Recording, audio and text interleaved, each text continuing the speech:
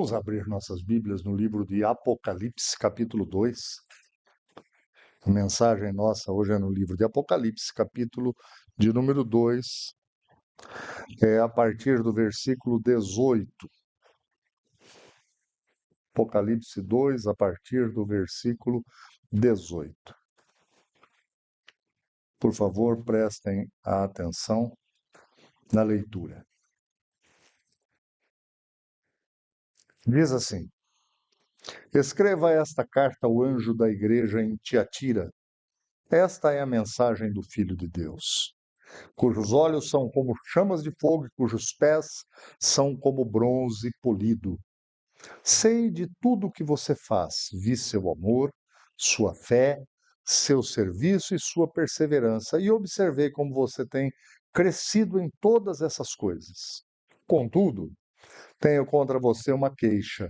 Você tem permitido que essa mulher Jezabel, que se diz profetiza, faça meus servos se desviarem. Ela os ensina a cometer imoralidade sexual e a comer alimentos oferecidos a ídolos. Dê a ela tempo para que se arrependesse, mas não quer se arrepender de sua imoralidade. Portanto, eu a lançarei doente numa cama. E aqueles que cometerem adultério com ela sofrerão terrivelmente, a menos que se arrependam e abandonem a prática de tais atos. Matarei seus filhos, e então todas as igrejas saberão que eu sou aquele que sonda mente e coração. Darei a cada um de vocês aquilo que seus atos merecem.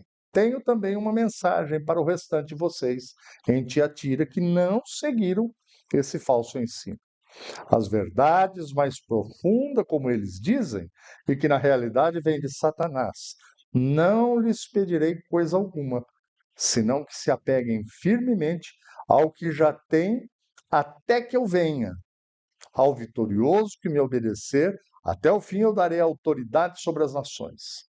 Ele as governará com cetro de ferro e as despedaçará como vasos de barro. Ele terá a mesma autoridade que eu recebi do meu Pai, e também lhe darei a estrela da manhã.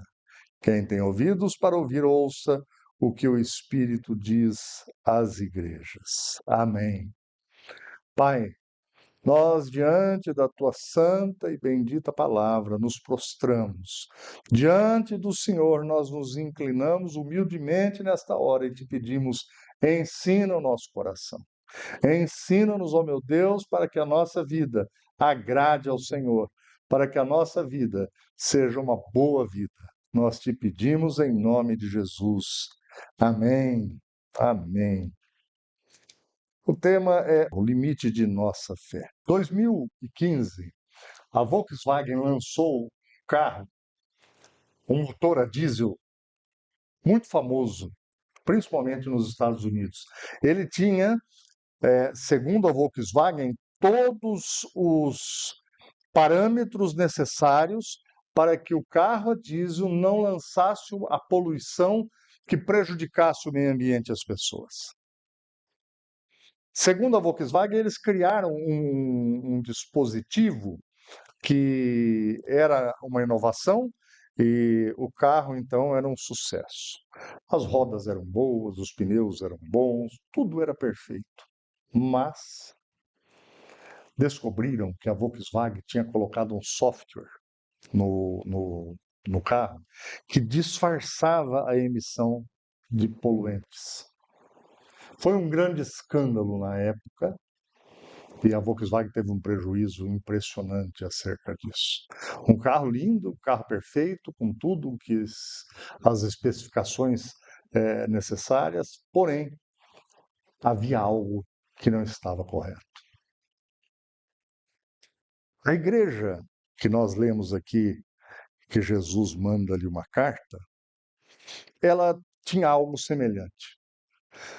O texto mostra-nos, Tiatira era uma cidade, gente, de grande comércio, era uma cidade que se vendia muito tecido e principalmente tinha ali empresas de tintura de tecidos.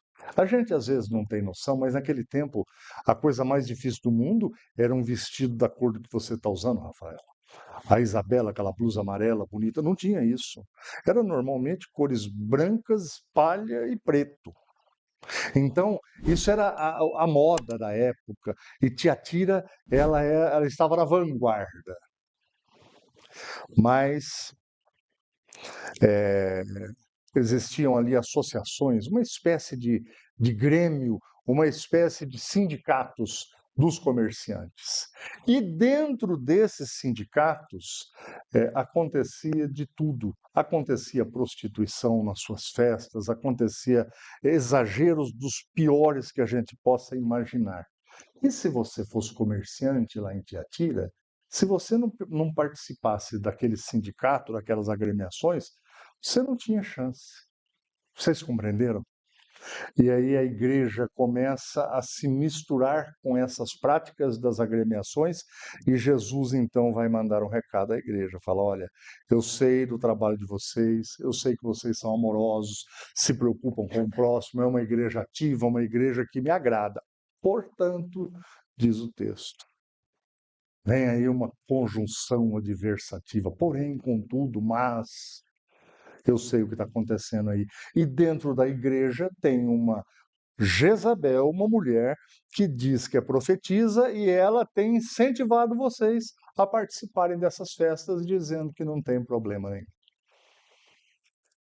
E diante desse recado, Jesus, no início do texto, deixa claro que ele é autoridade.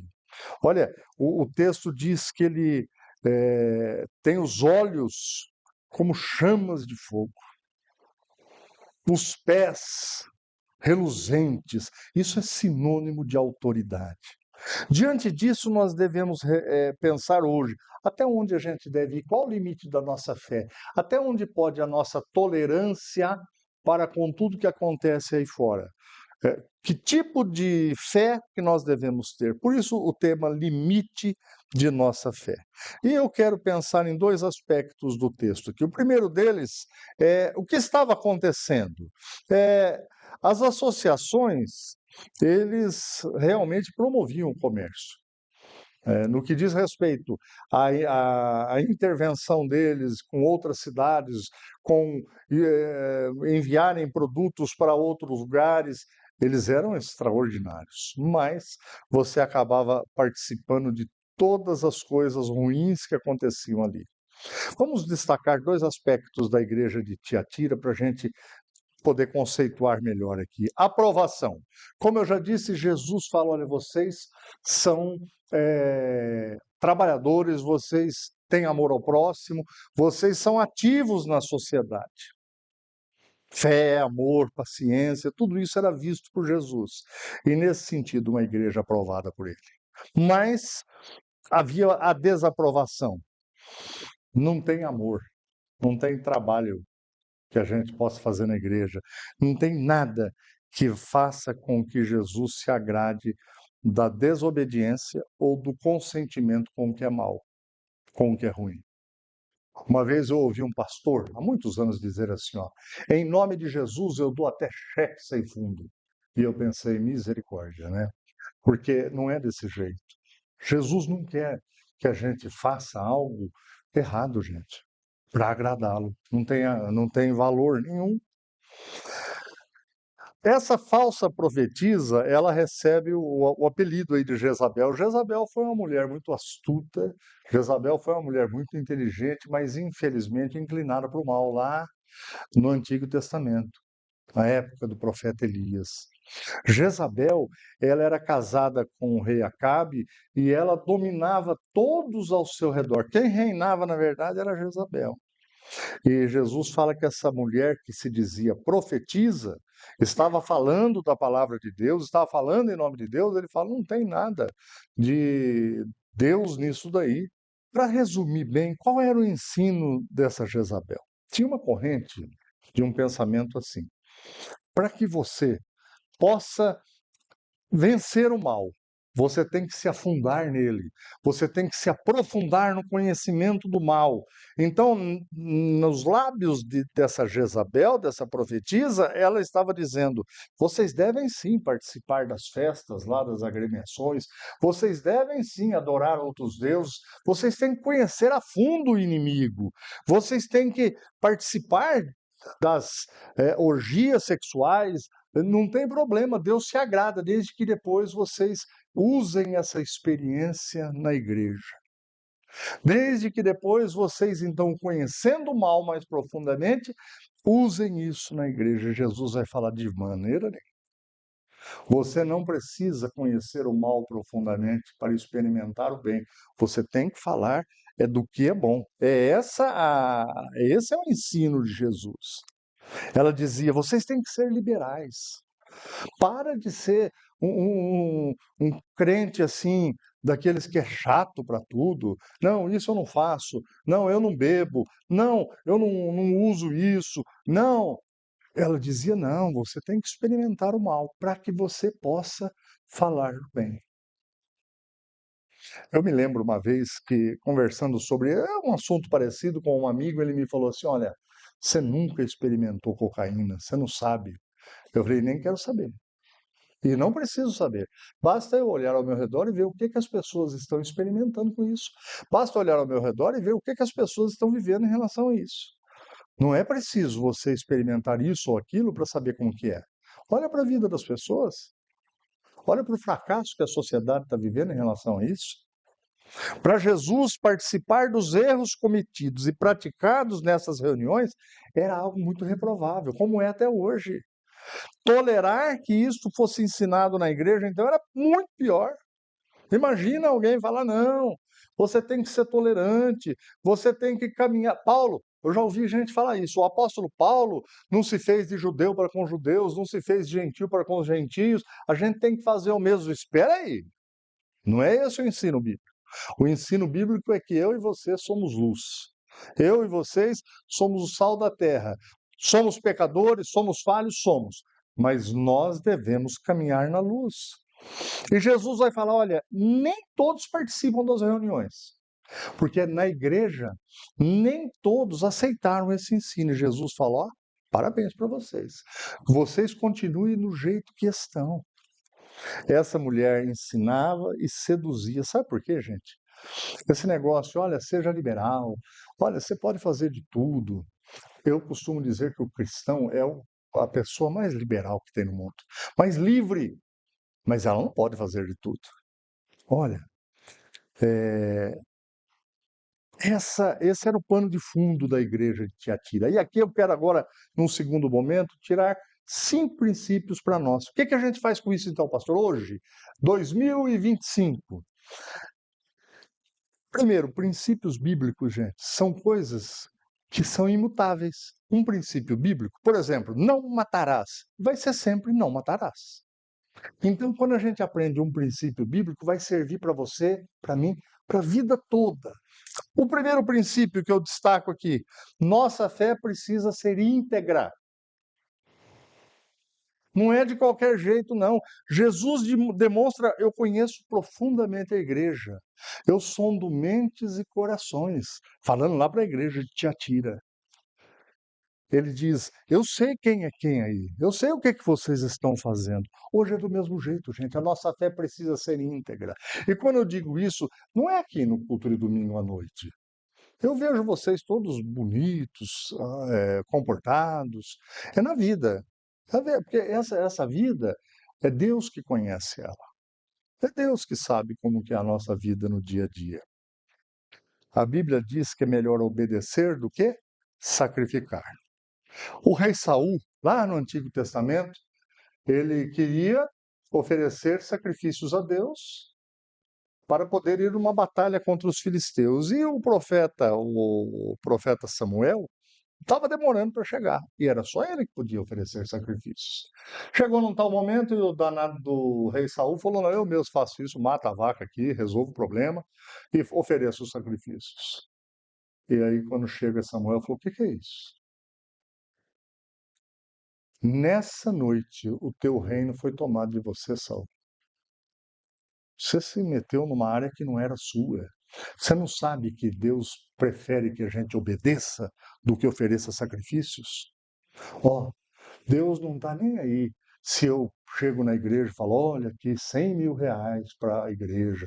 Olha, eu quero ajudar os missionários da África. Toma aqui 20 mil reais. Isso tudo é bom, isso tudo é desejável, é agradável, mas isso não move o coração de Deus, não. Não move o coração de Deus o sacrifício. O que move o coração de Deus é quando somos simples e fiéis na presença dele. Vocês me chamam de Senhor, Senhor, mas não fazem o que eu mando, disse Jesus. Será que nós aqui temos sido obedientes? Nós temos buscado obedecer primeiro, antes de sacrificar? Segundo princípio, o alimento espiritual que eu recebo, que você recebe, tem que ter selo de qualidade. O café hoje em dia tem selo de qualidade? Não tem? Outros alimentos aí tem selo de qualidade, federação disso e tal. O alimento espiritual tem que ter selo de qualidade. Qual é o selo de qualidade do nosso alimento espiritual? Bíblia Sagrada. Os 66 livros que nós temos aqui na Bíblia Sagrada, Antigo Testamento e Novo Testamento. É o que a Bíblia diz que nós devemos seguir. Não é a ideia de um pastor, pode ser eu ou qualquer um, não é a ideia de um sacerdote, é o que a Bíblia diz. O que você tem recebido tem selo de qualidade? A prática sua no dia a dia, a maneira que você diz sim ou não para os negócios ou para a sua vida, é de acordo com esse selo de qualidade? Porque se não é, hoje eu te convido, faça uma reflexão, muda a tua vida. A gente pede tanta coisa para Deus, a gente quer ser feliz, a gente quer ser próspero, nós queremos mudar algumas coisas nas nossas vidas, ótimo, isso daí é bom, mas mude o que precisa ser mudado. Terceiro princípio, encerrando esse segundo princípio de mudar o que precisa e ter o selo de qualidade na nossa vida, preste minha atenção nisso. A Igreja de Jesus Cristo aceita todos, mas não aceita tudo. Entenderam? Algumas coisas da minha vida precisam ser mudadas, na sua vida também precisam ser mudadas. A Igreja diz, mas aceita todos, pastor, todos, sem distinção, mas não aceita tudo. E essa é a correção que a nossa vida precisa ter ao longo dos dias. Terceiro princípio, Jesus é cheio de graça e misericórdia. Jesus fala assim no versículo 21, eu dei o tempo para que vocês se arrependessem. A Jezabel lá, a profetisa, todavia, ela não quer arrepender-se da sua prostituição. Gente, na vida cristã nós sempre temos oportunidades. Ó, no mundo secular, no mundo normal, aí no dia a dia, às vezes numa empresa não te dão duas oportunidades. Pisou na bola, acabou. Os amigos que a gente tem, às vezes, não nos dão duas oportunidades. A família que nós temos, às vezes, não dão outras oportunidades. Mas Jesus dá. Ele nos chama sempre, arrependa-se, mude, porque é isso que eu quero para a tua vida. Jesus é cheio de graça, é cheio de misericórdia. Ele nos dá outras oportunidades. Essa profetisa, parece-me que o que ela estava fazendo era totalmente errado e vocês, eu creio que perceberam isso. E Jesus fala, arrependa-se. Mas ela disse que não quis arrepender-se. Como é que eu provo que eu me arrependi? Mudando. É mudando, não é só falando. A reprovação de Jesus, ela não acontece por causa do erro, mas por causa da falta de arrependimento. Vocês entendem? Jesus fica furioso, como justo, como reto, porque não houve arrependimento. Não é por causa do erro. Ou aquilo que você fez a semana passada, seus pensamentos, os seus erros do passado, os meus. Jesus não se importa com eles desde que a minha consciência traga-me que eu estava errado e eu me arrependa na presença de Deus. Senhor, eu me arrependo, eu quero mudar tudo, eu quero diferença, eu quero ter alegria.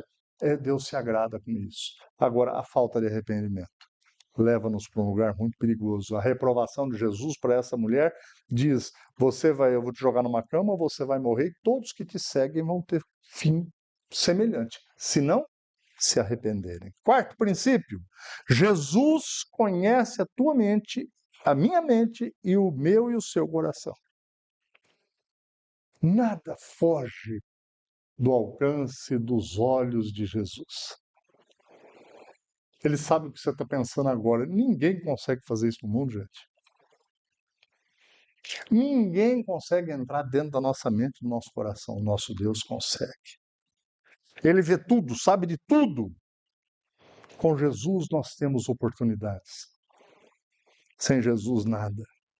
Ele anuncia a condenação. Eis que, a próstro de cama, matarei seus filhos e todas as igrejas conhecerão que eu sou aquele que sonda mentes e corações. A pior punição não era a morte para essa mulher, é a morte eterna. É inferno, gente. As pessoas me dizem, pastor, o povo não gosta de ouvir esse negócio de inferno. Uma vez alguém me falou, pastor, não é? Cuidado com as suas mensagens, mas não é minha. Eu sou, como eu já disse aqui, igual carteiro. Eu só entrego a correspondência, mas o que tem lá dentro não é meu, não. Esse negócio é para mim também. Morte eterna, tá escrito na Bíblia. Todo ser humano receberá de Deus segundo suas obras. Para quê? Quais são as nossas obras? De todos nós aqui, todas elas reprováveis, gente. Nós não cantamos assim, dá-me, Senhor, um coração igual ao teu. Se tu sondares, não vai encontrar nada de bom dentro de mim. Um dia alguém me falou assim, pastor, não é assim. Eu tenho coisa boa dentro de mim. Eu falei, não tem. Tem? Eu falei, não tem. Porque a Bíblia diz que todo o nosso ser foi afetado pelo pecado. Então é assim, ó. Imagina que nós somos, me desculpem a analogia aqui, que o que só me veio à mente agora foi isso. Imagina um pedaço de carne. Maravilhoso. A pontinha está podre, mas maravilhoso. Nós somos assim. Tem um pedacinho podre. Então é nisso que as pessoas falam, não é tudo que está estragado. Não, gente, mas todas as partes foram afetadas pelo pecado.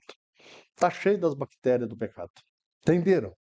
É assim, isso sou eu, isso é você. Então, se todos nós estamos reprovados, como é que faz? As obras de Cristo, que nunca pecou, precisam ser colocadas na tua conta, na minha conta, na minha vida, na tua vida. E essa carne podre, que sou eu e você, é colocado tudo na conta de Jesus. É isso que é salvação. Se não for assim, ninguém está salvo. Quinto e último princípio, a alegria dos fiéis. Jesus fala, tem uma turma aí que não aceitou essas ideias doidas, não.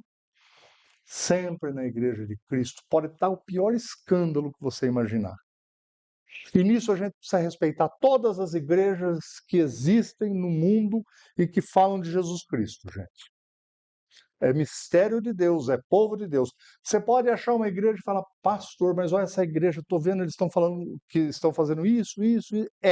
Tem um remanescente fiel lá. Cuidado, viu? A noiva é de Cristo, não é sua, não. Não se mete com a mulher dos outros, não. Respeita a igreja de Cristo. E Jesus vai falar, tem um povo aí que é fiel.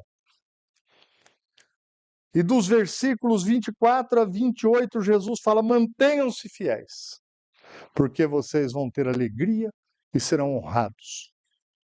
Isso, gente, é promessa para mim e para você hoje. Seja fiel. Ah, mas está todo mundo fazendo. Não faça, não. Olha, na verdade, não é preciso muita coisa para a gente saber o que é certo ou errado. Esses dias, o nosso neto, meu e da Simone, Davi, a mamãe dele estava lá contando para ele a historinha de Deus, do pecado, da necessidade de obedecer. E ele falou assim: e eu obedeço, né, mamãe? Eu obedeço você, eu obedeço o papai. É assim que a gente tem que ser, gente. Obedecer o papai do céu, obedecer a Deus, a palavra de Deus. Precisamos, gente, apenas viver uma vida simples. Simples. Olha, ser cristão não é ser melhor que ninguém. Ser cristão é ser simples diante da palavra de Deus e do Deus da palavra. E falar, meu Deus, eu quero cada dia obedecer mais, aprender mais, eu quero ser útil. Mesmo em meio a um mundo corrompido, é possível ser fiel. Essa igreja aqui estava atolada em escândalos, em problemas, mas tinha um povo lá fiel.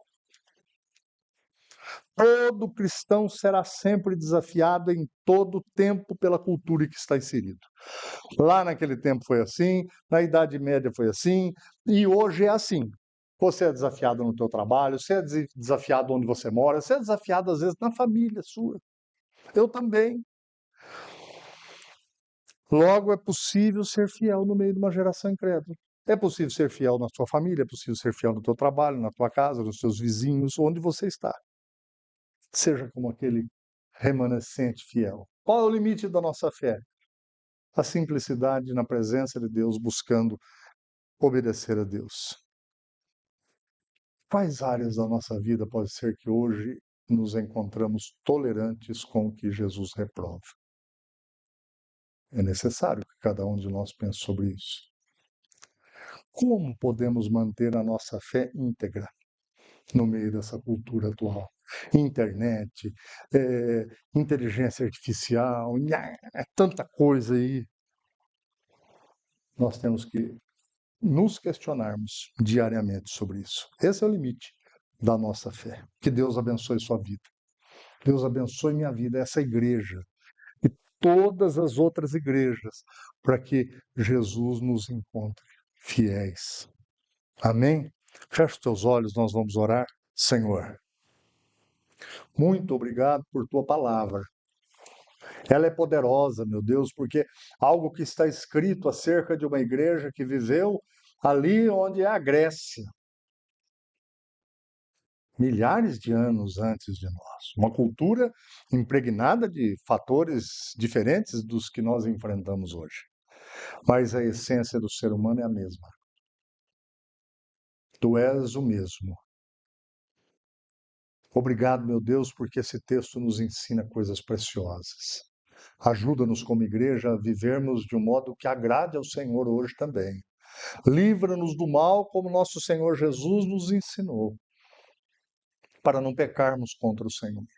Ajuda-nos a guardarmos tua palavra dentro de nossos corações, para não pecarmos contra o Senhor. Ajuda-nos a vivermos bem na nossa família, sermos luz, para não pecarmos contra o Senhor.